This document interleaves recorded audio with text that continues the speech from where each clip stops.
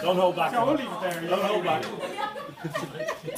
Okay, everybody, I'd firstly like to welcome you all to Cork today to join in on the celebrations of part 1 of Ed and Lily's wedding trilogy. I would also like to particularly welcome Lily's parents, Barry and Sandra, for making the special effort of coming all the way from South Polo to be here today. Now, most importantly, I would like to take this opportunity to warmly welcome Lily to the Berwick clan, or as I prefer to say, Lily vos invito benvinto a familia Berwick.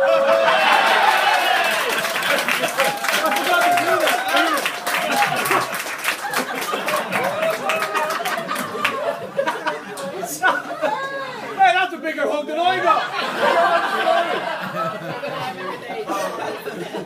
I would also think you agree that Lily looks absolutely beautiful today. Yeah. Absolutamente lindo.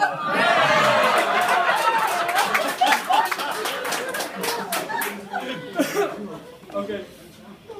For those of you who don't know me, my name is Niall. I'm Ed's youngest of 4 brothers. I have many happy memories of my childhood with Ed, as he was of similar age. Here we go. I have many wonderful memories of all the times he used to pin me down and force feed me grass. Between that and the regular beatings, most of my other memories are now suppressed. But I'm sure there must have been a few good times. He's took his time, but it's good to see finally he's got sense and realised who's the best man. When Ed asked me to be the best man, I straight away thought back to an occasion where I inadvertently prophesied this union today before Ed had even met Lily. Most of you may know that Ed has a passion for sea swims, but has a particular penchant for swimming naked in Dublin's gentlemen bathing places. Much to Ed's disappointment, this was outlawed in his beloved 40 foot. One day while getting changed, Ed being Ed, he's a shy, retiring player. He doesn't like the attention. He decided to put on a green, neon, Borat-style mantle. Have one over there! Have one over there! Wear later on. Give it a go. Leaving very little to the imagination, I remember looking down at a very, very unkempt Ed and telling him in no uncertain terms, you need to get yourself a Brazilian.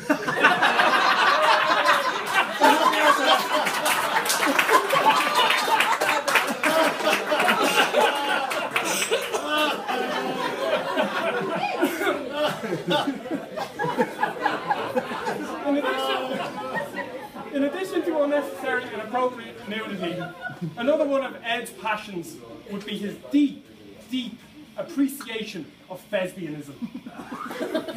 That's the love of acting. Right. A star was born as a young man where he donned the suspenders and fishnets as the sassy and sexy Miss Adelaide in Johnstown Boys' school production of Guys and Dolls. This steady progression eventually wowed audience on the national stage when Ed lifted the curtain on the seedy underworld of gangland Dublin by eating a burger with conviction behind Midge and Darren in Love-Hate. Note that De Niro style Raging Bull style method acting, he developed a serious burger belly.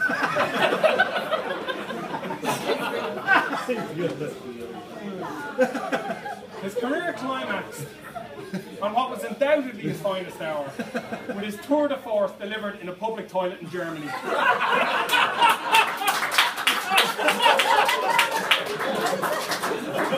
Blinded and confused, his searing portrayal of a happy-go-lucky tourist being lured and taken hostage in a Febreze ad could have been a shoe-in for an Emmy.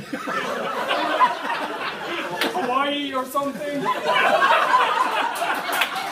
I believe them! I believe them! Ask him to do it later. He'll do it! He'll do it! Unfortunately, Trent Micro cut the day job short. His fortunate career fell just short after he nailed down a role of eating another burger behind Bellow Fair City. For what it's worth, as a married man for a number of years, I can only offer 2 pieces of advice. Firstly, to keep the relationship strong, make the effort to spend time together, and maybe take up a hobby you both enjoy. For example, Eddie is an accomplished scuba diver. However, for you, Lily, I would recommend taking up free diving instead for the benefit of your marriage. I can assure you, after sharing a room with Ed for most of your childhood, the ability to hold your breath for a long period is an essential coping mechanism.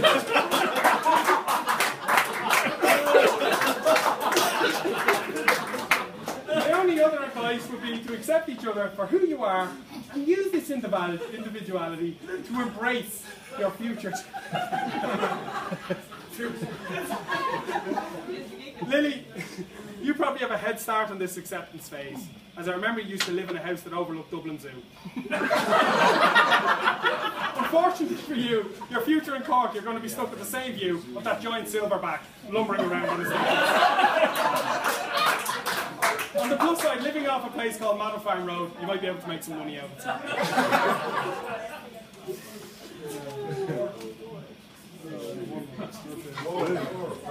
Joking aside, it's a real honour to be here today for Ed and Lily's big day. Despite their best efforts to keep it low-key, they're far too well thought of by friends and family to get away with it. I think I can speak for everyone here and say that we're so happy for you both, and we wish you all the very best for the future together. Ladies and gentlemen, can you raise a glasses for your toast to the bride and groom? That's